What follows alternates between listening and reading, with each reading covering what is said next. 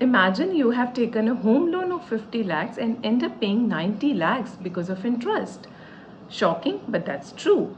What if I share a few smart strategies that will help you to repay your home loan earlier and save lakhs of your rupees? Hello everyone, this is Kalpana. Welcome back to my channel. In today's video, we are going to talk about few smart strategies that will definitely help you to repay your home loan earlier and that will lead to save lakhs of your rupees. Pay a little extra than your EMI. जितनी भी आपकी EMI की amount है, आप उसे थोड़ा extra पे कीजिए.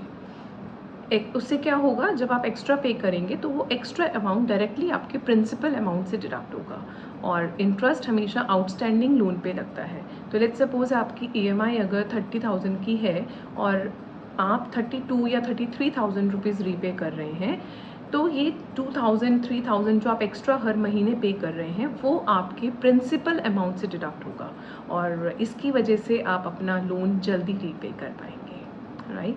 Number 2, make partly payments. तो आपके पास कभी भी कोई एक्स्ट्रा लमसम अमाउंट अगर आता है तो आप उसको अपने होम लोन में डायरेक्टली पे कर सकते हैं.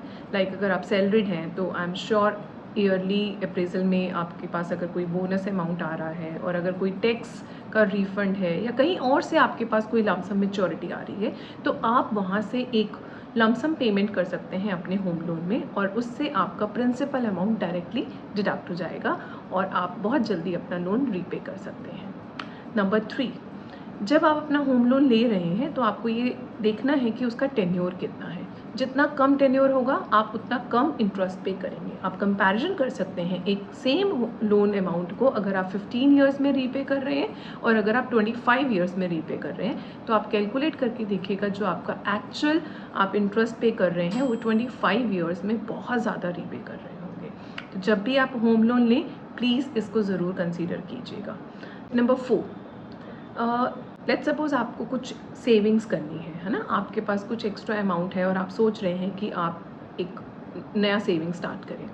तो प्लीज़ चेक कीजिएगा जिस सेविंग इंस्ट्रूमेंट को आपने चूज़ किया है वो आपको कितना रिटर्न दे रहा है.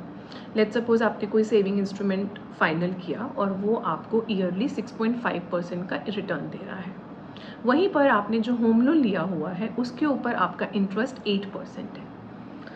तो आप उस अमाउंट को सेविंग में ना डालकर अगर आप अपने होम लोन में ही डालते हैं तो आपको वो 1.5% का बेनिफिट है ना. क्योंकि आप अगर वो अमाउंट सेविंग में डालेंगे तो वो आपको ईयरली 6.5% का रिटर्न देने वाला है. वहीं पर आपने अगर वो अमाउंट सेविंग में न डालकर अपने होम लोन में डाला है तो आप 8% अपना इंटरेस्ट बचा पा रहे हैं. तो प्लीज़ इसको ज़रूर ध्यान में रखिएगा. टिप नंबर 5, कोई भी EMI मिस मत करिए.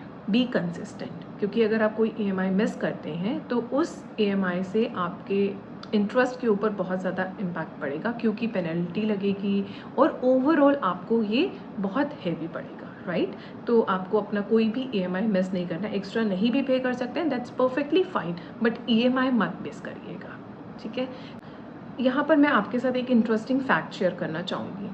हम किसी भी लोन में जब EMI पे करते हैं उस EMI के 2 कंपोनेंट्स होते हैं, एक प्रिंसिपल अमाउंट और एक इंटरेस्ट अमाउंट. तो आप चेक करके देखिएगा होम लोन के इनिशियल ईयर्स में आपकी EMI में जो मेजर कंपोनेंट है वो आपका इंटरेस्ट कंपोनेंट होता है और प्रिंसिपल अमाउंट कम होता है. और यही अगर आप लेटर ईयर्स पे देखेंगे तो EMI में आपका जो प्रिंसिपल कंपोनेंट है वो ज़्यादा होता है और इंटरेस्ट कंपोनेंट कम होता है. तो इसीलिए अगर आप ये जो लिटिल एक्स्ट्रा पे करना है या आपको अपनी एक लमसम पेमेंट करनी है अगर वो आप इनिशियल ईयर्स में करते हैं तो उसका सबसे ज़्यादा इम्पैक्ट पड़ता है. सो आई एम श्योर ये जो मैंने आपके साथ इन्फॉर्मेशन शेयर की है ये आपको यूज़फुल लगी होगी. But before I close let me share one more thing. अगर आप अपना होम लोन जल्दी रीपे कर पा रहे हैं इसका मतलब ये बिल्कुल नहीं है कि आप ज़्यादा अर्न कर रहे हैं या कहीं से ज़्यादा अर्निंग्स हो रही हैं तभी आप रीपे कर सकते हैं. By just these small changes, small habits, मतलब आप एक्स्ट्रा अमाउंट EMI में पे करके, पार्टली पेमेंट्स करके, होम लोन का टेन्योर कम करके, या फिर आपको सेविंग करना है या फिर आपको अपने होम लोन में पे करना है, इसमें अगर आप वाइसली डिसीजन लेंगे इन छोटे छोटे हैबिट से भी अपने लोन को आप जल्दी रीपे कर सकते हैं.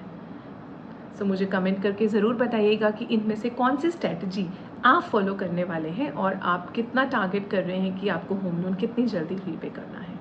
Tata, bye bye, take care.